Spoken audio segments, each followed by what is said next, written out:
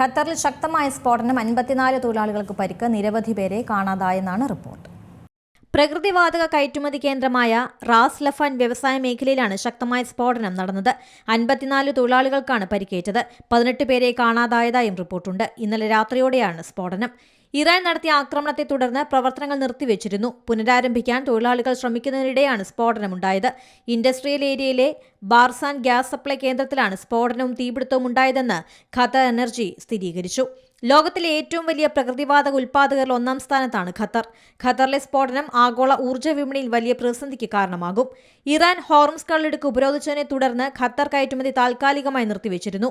കഴിഞ്ഞ മാർച്ചിലും റാസ് ലഫാനിലെ ഈ പ്ലാന്റിന് നേരെ ഇറാൻ മിസൈൽ ആക്രമണം നടത്തി.